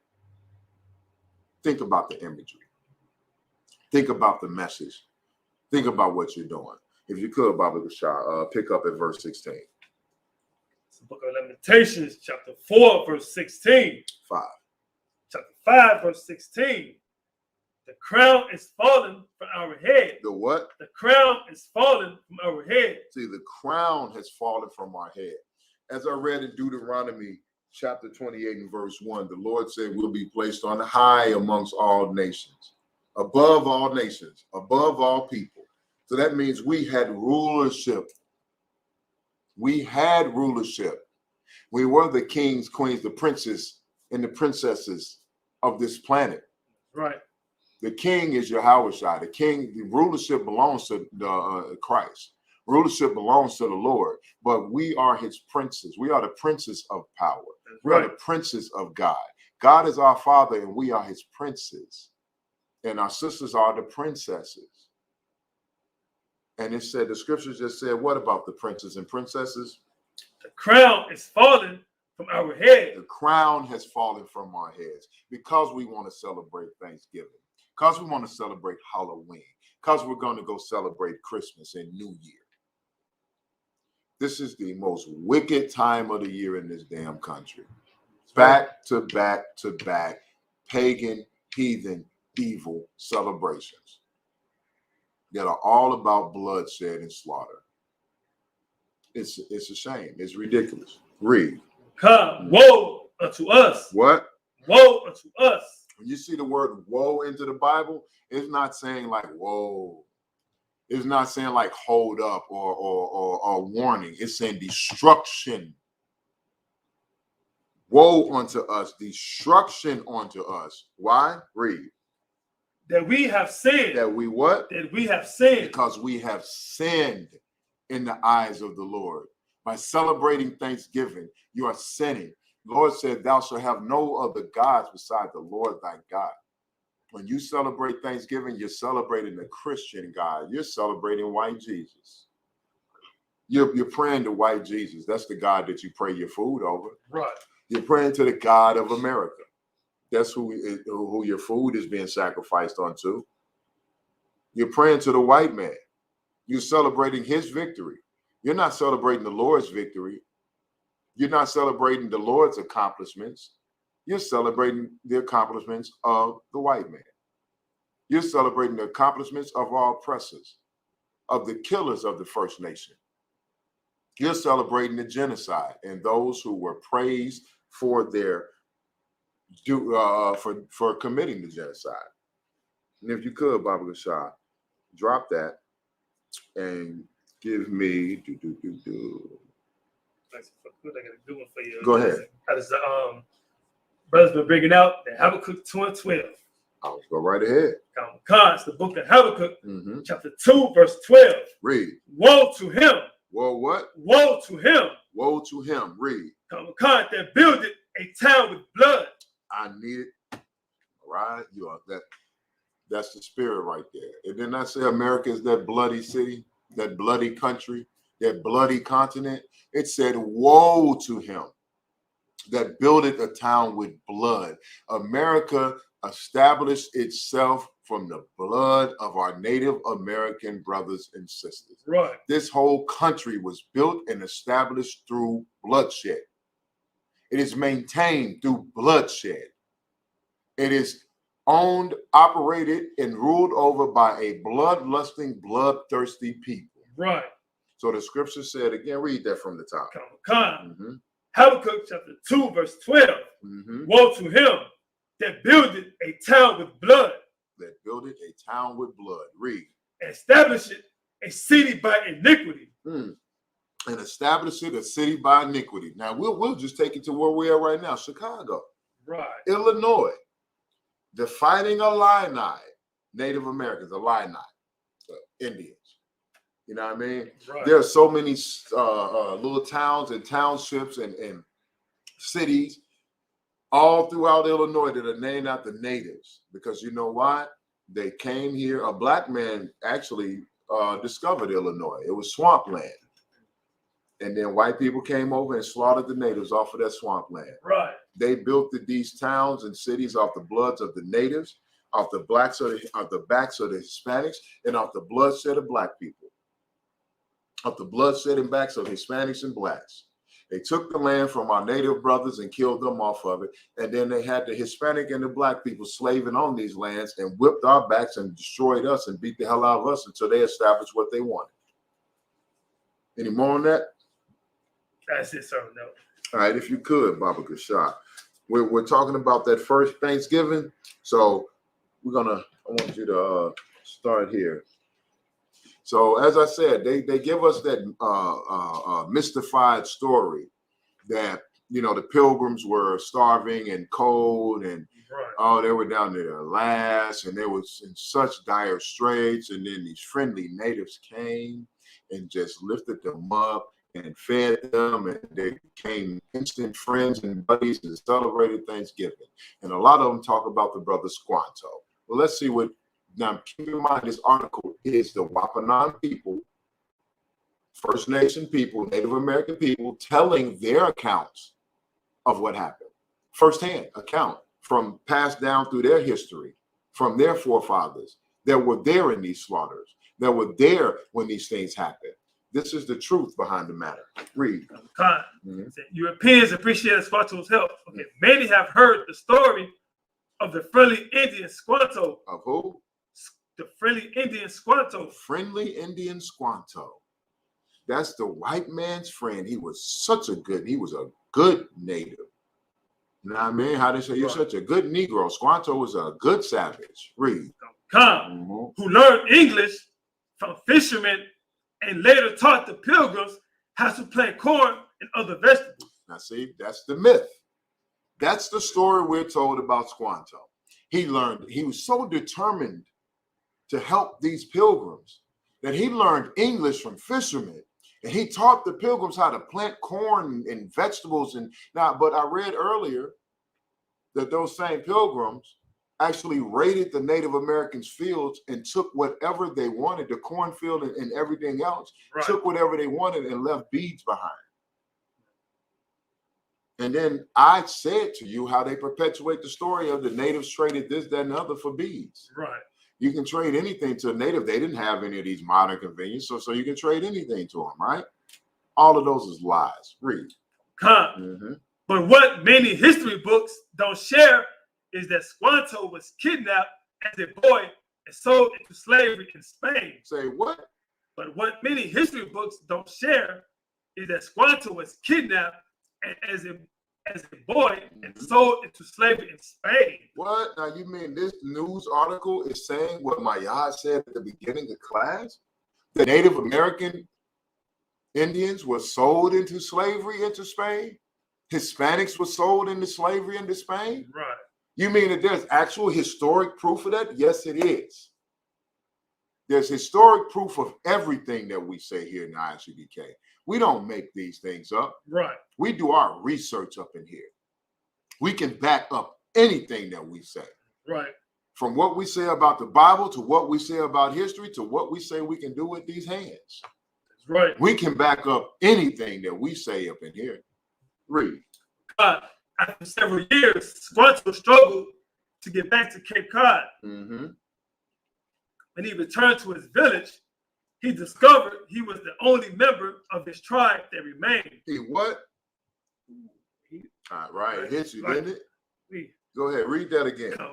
When he returned to his village, he discovered he was the only member of his tribe that remained. But this brother, the real Squanto, not that friendly neighborhood Indian man, like he's, Spider-Man swinging from a web. Right. Not the friendly neighborhood Indian that came over with the pilgrims and helped them out. I thought the pilgrims and the natives were friends. Right. Squanto was their buddy. Squanto was the little guy that they didn't put into the story that helped them out so much, taught them how to plant corn and help them survive. Read that part again, Mariah. But this is the real Squanto. This is really what happened. When he returned to his village. When he returned to his village because he was taken as a little boy away from his parents, away from everything and everyone that he knew. When he was taken, that village was a full village. He had people. Right. He had a tribe. He had a family. He had friends. He had relatives.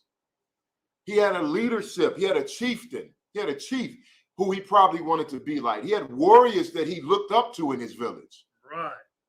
He had strong men that he admired. He probably had he had girls that he liked, or women that he had crushes on. He had all the things that you have in a natural life. But when he returned to his village, he discovered he was the only member of his tribe that remained. He discovered that he was the only member of his tribe that remained. They completely killed his people in the time that it took him to escape from slavery, escape captivity in Spain, and make his way back over to frickin' America, what we call America today. Read. The rest were either killed in battle or died of disease during his absence. The rest were killed in battle as our oppressor, as the white man, conquered this land, or died of the diseases that they brought over. We know when they talk about diseases, we talk about them blankets with smallpox that they handed off, and all the other nasty diseases that these outbreak monkeys brought over here to this country. Right. Read.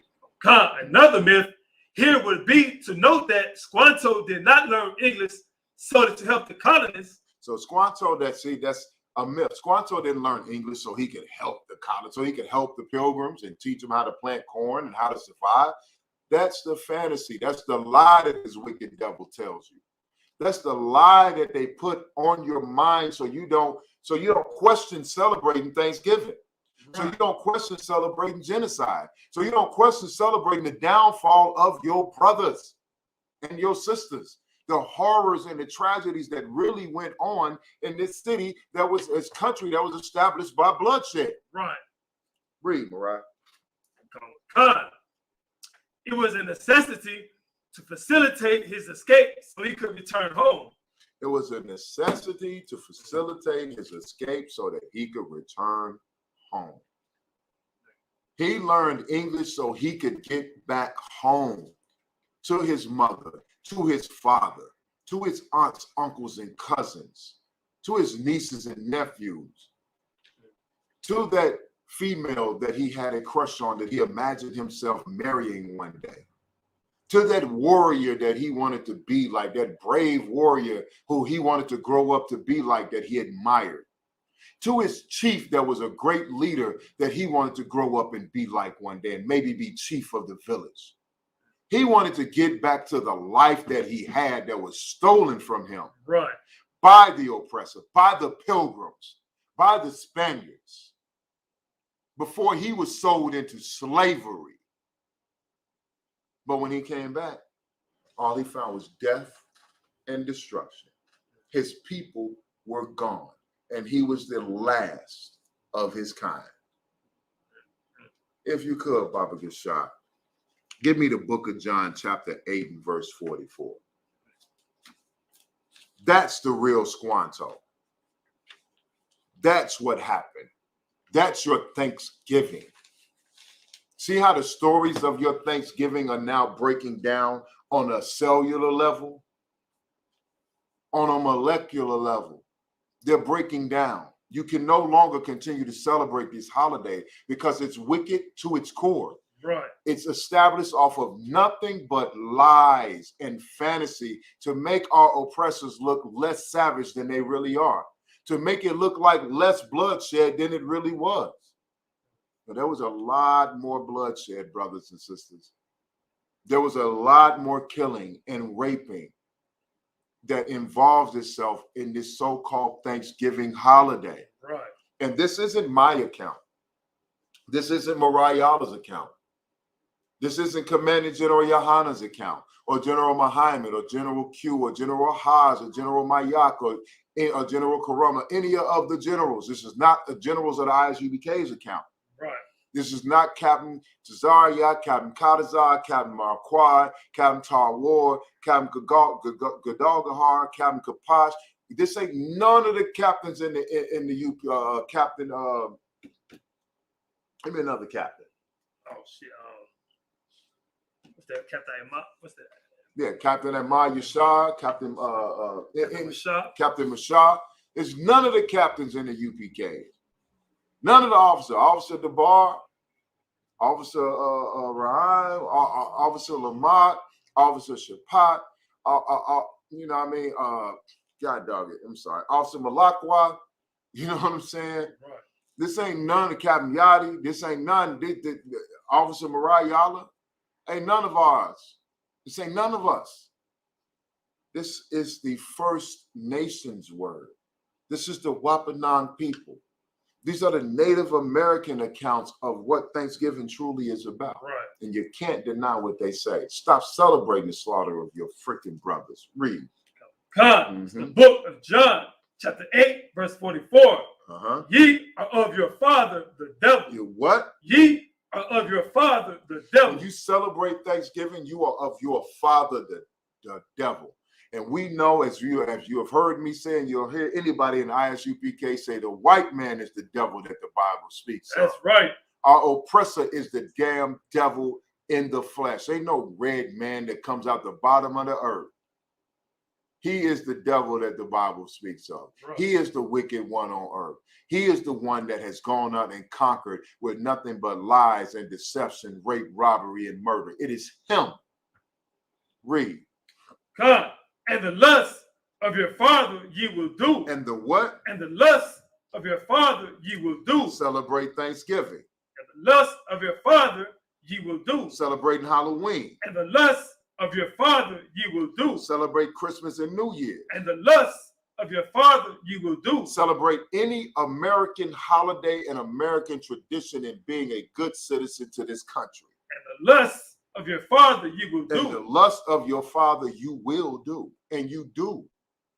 When you go and celebrate Thanksgiving with your family, that is the lust of your devilish father, the white man. Right. Esau, as we call him. That is the lust of Esau, that bloodthirsty, blood-hungry, blood-lusting villain, that monster. You are doing his lust. You're doing his will. Right. You're celebrating his victory over our brothers, the slaughter of our brothers. The complete and total slaughter. You're celebrating the slaughter of Squanto's people. Right. Because you're going by the oppressor's story of Squanto. So what does that mean you're doing? You're celebrating Squanto's people's downfall. You're celebrating the downfall of what they call the First Nation. Right. You're celebrating the bloodshed of our brothers and sisters. And it's absolutely disgusting. Read. God, he was a murderer from the beginning. He was a what? He was a murderer from the beginning. He was a murderer from the moment that the Mayflower landed over here in America. And our brothers and sisters had no idea. No, they had a slight idea because in 1492, Columbus came over here slaughtering Native American Indians, right, and what we now call Hispanic people. From 1492 to what date was this? 1621. He was what? He was a murderer from the beginning. He always has been and always will be a murderer. He is a murderer of black people. He is a murderer of Hispanic people. And he is definitely, more than anything else on this earth, a murderer of Native American or First Nation people. Right. He has spilled more Native American blood than damn near anybody else that he's ever killed on this planet. Let that sink in. You don't see Native Americans walking around America. Right. You don't see Native Americans in the street. Hell, we're going to the reservation to provide our brothers and sisters with coats and warm clothing and shoes and things so they can survive through the winter properly. Right.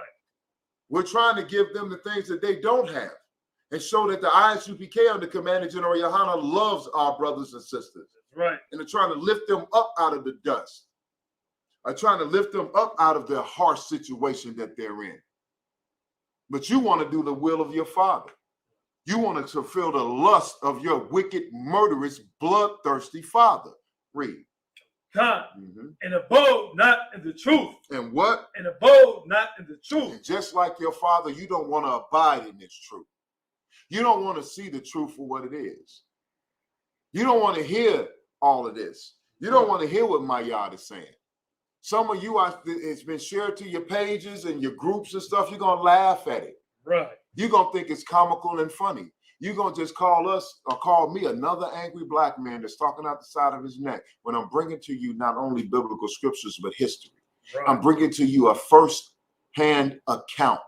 I only brought one article out today. And this one article I have taken the span of my class today to bring the facts, first-hand account from the Wapanang people about your first Thanksgiving. So who's the angry black man? Yeah, I am angry. Right. Yeah, right. God dog it. And you know what? And the reason I'm angry is this. Hold on. Let's get the oppression. Hold on.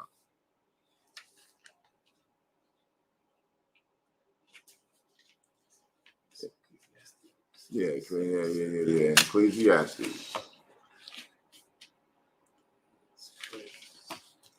Yeah, 7 and 7. So if you could, Baba Gashai, you want to call me an angry black man? You want to call us angry black men? Well, we're angry according to the Lord's fury. If you could, Baba Gashai, this would be my last scripture. Give me Ecclesiastes verse 7 and 7. God, this is the book of Ecclesiastes, chapter 7, verse 7. Read. Surely oppression maketh the wise man mad. Say it again. Ecclesiastes chapter 7, verse 7. Surely. No, maybe. Surely. Possibly. Surely. Sometimes. Surely. Surely. This means for certain, without a shadow of a doubt, without any conjecture, without any confusion. Surely what? Surely oppression. What? Oppression. Freedom. Oppression. Love. Oppression. Anything. Oppression. Oppression. Surely oppression. Surely me knowing and me living in oppression. Surely me knowing what my brothers and sisters have gone through. Surely me knowing that Thanksgiving is a wicked and evil holiday that celebrates the bloodshed of people that I love. Right. Of my ancestry. Because the matriarchal side on my mother and my father's side are Native Americans. Right. My grandmother on my father's side, my great-grandmother on my mother's side, and my grandmother on my father's side were Native American women. We go by the lineage of our father, but don't get it wrong. That's still in my blood. Right. That is still my family. That is still my heritage. So my ancestors were slaughtered on Thanksgiving. So get it right. You look at an angry black man, you goddamn right I'm angry. Right. Because you are celebrating the downfall of my brothers and sisters, my mothers and fathers, my uncles and aunties, my ancestors. So surely oppression does what? Make it a wise man mad. And I have strove all my life to be a wise and knowledgeable man. And Right. I am a wise man. Mariah is a wise man. Right. Captain Marquardt is a wise man. Commanding General Yohana is probably one of the most wisest men on this, is the most wisest man on this earth. Right. All right. And this oppression makes us all mad because we want to see our people free from this oppression. Right. We want to see our people liberated from this oppression, from having their foot, their necks underneath the foot, heel, and knees of our former slave masters. Right. And if you had an ounce of wisdom inside of you, if you had a inkling of any knowledge in you, you would be mad too. Continue on. Go ahead. You got something to say? Finish that first. Okay, go ahead. And a gift destroyed the heart. And a what? And a gift destroyed the heart. And a what? And a gift. Thanksgiving. And a gift. Christmas. And a gift. New Year's. And a gift. Halloween. And a gift. 4th of July. And a gift. Memorial Day. And a gift. Labor Day. And a gift. Valentine's Day. And a gift. Sweetest Day. And a gift. Anything that America and the white man tells you to celebrate. And a gift. That is not a high holy day. And a gift. Does what? Destroyed the heart. Has destroyed your mind. Has destroyed your spirit. Has subdued you and taken the fight completely out of you and made you a good, obedient, docile slave. Right. The one thing I didn't include in there was some goddamn birthdays also. Mm-hmm. All of that are the traditions of our oppressors, are the traditions of our slave masters that we learned when we came over to this country, and that keep us celebrated from the love of our Father, our Creator, the Most High God, and keeps us out of the graces of our King Yahushua. Right. Ignorantly, who is ignorant, the man that is ignorantly called Jesus Christ. This is what you need to learn. This is what you need to know. This is what the Bible says. This is what history has shown us. If you celebrate Thanksgiving, you celebrate the slaughter and the complete total genocide of our Native American First Nation brothers and sisters. Right. No argument, hands down. You got something you want to say? I got something I could, but heavy what you bringing that is, and I paraphrase, scripture say, God is a man of war, and God is not respecting persons. That's right. And Christ didn't compromise with the Romans. Damn right. Or the Sadducees and Pharisees. And as you became the commanders, you know how to damn sure is not going to compromise with any white man, any other heathen, or any religious leader on this earth, even the damn gangbangers. I wanted to say something about these weak punks, man, that killing your own damn brothers. Y'all some damn cowards. You know what I'm saying? And I said it. We're not worried about you coming, all this and that. Drive that. Them angels gonna come see you. Damn right. Hey, good brother here. He said, we don't worry about none of that. That's right. None of that. Period, point blank. We're not hearing again. We're not in the worry game. Right. Scriptures say the Most High did not give us a spirit of fear. That's right. We walk through here brave and bold as a lion. We know who our power is. We know who we are as a people, and we know our identity. We know who our brothers and our sisters are, and we will continue to fight and strive to uplift our people to the last ounce of blood and breath in our body. Once again, my name is Priest and Officer 500 Mayad. I'm joined by Priest and Officer 500 Marayala. We are the Isupk under Commandant General Yohana. Started out at 1 West 125th Street, Harlem, New York. If it's not of the Isupk, it is not the complete, total 100% truth. Right. We are not affiliated or associated with any other group or organization in the entire world. Right. And our mission is to raise up our people, get us out of the muck and the mire, as the scriptures say, give us our identity back, our true mind back, so that we can be on top again. That's right. That's my time, Israel. Shalom. I pass the class over to Priest and Officer Marayala. Isupk security announcements. We are the Isupk, started out of 1 West 125th Street, Harlem, New York. Rule for new brother and sister. When a new brother or sister comes into the school, they are off limits for 6 months. They are here to be saluted only. They are here to share themselves of the world. If they need transportation, the teacher will arrange it. After 6 months, if a brother or sister has an interest in a particular person, he or she must get permission from the head to speak to a brother or sister. There's another 6 months in which the brother and sister will court each other. After this 6-month period, the brother and sister will get permission from the head to marry. Tithes, which is a commandment, Numbers 18:21, Malachi 3rd chapter 8-10 verse, means 10th in the Hebrew, ma'ashra. 10th of every penny of any increase the Lord gives you. Give to the Treasury Department. Priest fund, free will offer for teaching, not mandatory. Whatever you would like. Upcoming holy convocations. We have the Feast of Purim, 2022, February the 14th and the 15th. That's right. If anyone wants to be a trooper in the school, to start wearing all black boots, shirts, headband, and scarf with that. I say, Marshall, give the courtesy salute to the teacher. Men of Israel, Imam Shabbat, Marshall, Barak, Yahweh Ba'ashim, Yahweh Shah, Brakatah. Yahweh Ba'ashim, Yahweh Shah, Brakatah. Yazam Batah, class dismissed.